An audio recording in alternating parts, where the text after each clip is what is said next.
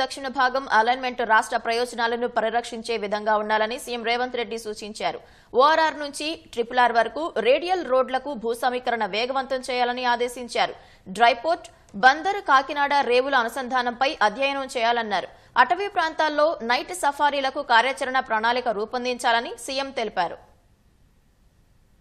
ఆర్ఆర్ఆర్ దక్షిణ భాగం అలైన్మెంట్ రాష్ట్ర ప్రయోజనాల్ని పరిరక్షించేలా ఉండాలని సీఎం రేవంత్ రెడ్డి అన్నారు. నూతనంగా ఏర్పాటు కానున్న 4th సిటీలో నెలకొల్పే పరిశ్రమలు, అందులో పనిచేసే సిబ్బంది కుటుంబాలకు విద్య, వైద్యం, ఇతర వసతులు అందుబాటులో ఉండేలా అలైన్మెంట్ ఉండాలన్నారు.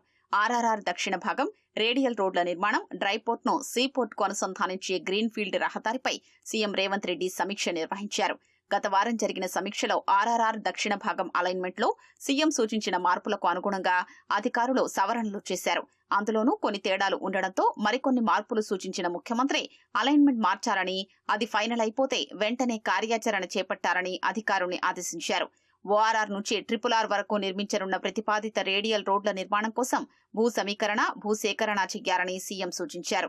సాధ్యమైనంత ఎక్కువ పరిహారం ఇవ్వడంతో పాటు ప్రభుత్వ పరంగా అదనంగా ఏ విధమైన సహాయం చేయగలమో చూడాలన్నారు. డ్రైపోర్ట్ నిర్మాణం కోసం మచిలీపట్నం, కాకినాడ రేవుల్ని పరిగణలోకి తీసుకోవాలని, దూరంతో పాటు ఆంధ్రప్రదేశ్ ప్రభుత్వం ఏ మార్గానికి సుముఖంగా ఉంది, తెలంగాణ ప్రయోజనాలకు ఏది మేలు అనే విషయాల్ని అధ్యయనం చేశాకే గ్రీన్ఫీల్డ్ హైవేకు రూపకల్పన చేయాలని సీఎం రేవంత్ రెడ్డి ఆదేశించారు. రైలు, జలమార్గంతో కూడిన ఇన్లాండ్ వాటర్ వేలకు కేంద్రం ప్రాధాన్యమిస్తోందని అధికారులు తెలపగా, ఇప్పటి వరకు దేశంలో ఎక్కడైనా అలాంటిదుందా, సక్సెస్ రేట్ ఎంత, వాస్తవ రూపం దాల్చే అవకాశం ఎంతవరకు ఉందనే అంశాలపై అధ్యయనం చేసి త్వరగా నివేదిక ఇవ్వాలని సీఎం అధికారుల్ని ఆదేశించారు.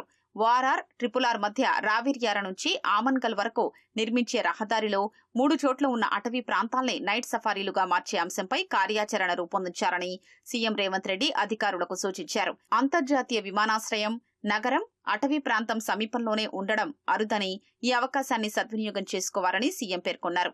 బెంగళూరులో జిందాల్ నేచర్ కేర్ పెట్టారని, మనకున్న అటవీ ప్రాంతం అనుకూలతలు తెలియజేస్తే అటువంటివి వస్తాయని సీఎం అన్నారు. 4th సిటీలోని పరిశ్రమలకు అటవీ ప్రాంతాల్ని అనుసంధానిస్తే అభివృద్ధికి అవకాశం ఉంటుందని, అమెరికాలో యాపిల్ పరిశ్రమ యాపిల్ తోటలో ఉన్న విషయాన్ని ప్రస్తావించారు. రాచకొండ పరిధిలోని లోయలు, ప్రకృతి సౌందర్యం సినీ పరిశ్రమను ఆకర్షించడానికున్న అవకాశాలని సీఎం వివరించారు. RRR, రేడియల్ రోడ్లు, 4th సిటీలో పరిశ్రమల ఏర్పాటు కోసం భూ సమీకరణ, భూసేకరణకు అన్ని శాఖలు కలిసి పనిచేయాలని, ఫలితాలే లక్ష్యంగా పనితీరు ఉండాలని